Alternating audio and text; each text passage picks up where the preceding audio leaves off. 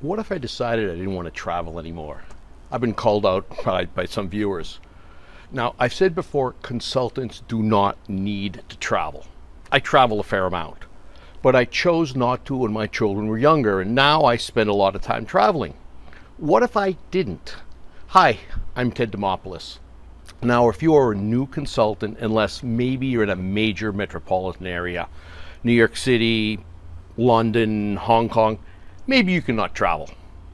Otherwise, as a new consultant, you're going to have to do some travel. As an established consultant, and I've been consulting for 29 years, I could choose not to travel. Although I enjoy traveling a lot now. Now, what if I decided not to travel? You know, it's beautiful here. I live in New Hampshire, got a house on a river. I have a house in Maine on the ocean. I spend a lot of time there, a family place. I enjoy the summer here. I like skiing here in the winter. What if I just decided I didn't want to get on a plane? Or what if I even went somewhere more remote? What if I moved to Key West? I'm assuming no InfoSec in Key West. Haven't been there in a while, but I used to go there, I don't know, 5 to 10 times a year at least. Could I get by as a consultant? Well, the answer is yes. Let's look at two options. One, what if I just said, I'm not traveling anymore? Maybe there's a medical reason I've got to cancel all my travel. Now, depending on the year, I do a lot of consulting, a lot of pure consulting, or sometimes a lot of teaching.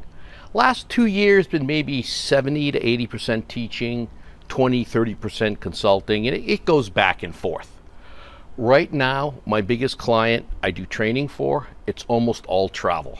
I have done some this year, not a lot, but low 5 figures. That means $10,000 US and up without traveling. I have some consulting clients, not major now, I don't travel for. All the other work is travel. Well, what could I do? Well, I could go to my biggest client and say, hey, can you give me more work where I don't travel, where I'm teaching remotely? Why, a friend of mine did that a while back while she was pregnant and when she had her first child. She didn't want to travel. Probably she couldn't. They were happy to give her some work.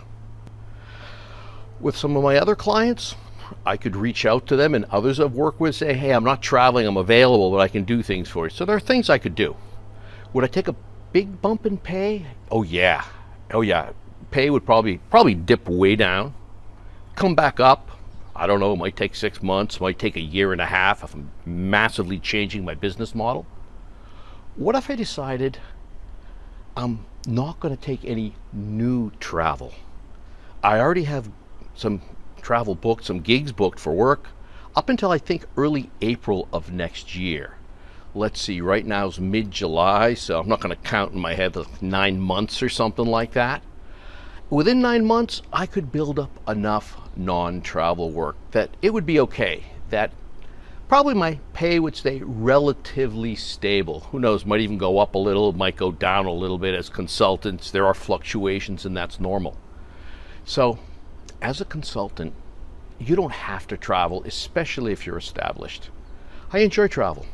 I do a lot of it, I love it. But if I decided not to, there might be a dip in the income coming in, and I need the money. I have kids in school and so forth. But I could get by. I could survive. Ted Demopoulos. For more information on getting clients, click on the link in the notes, click on like, leave a comment, subscribe to the video channel, and I'll see you next time.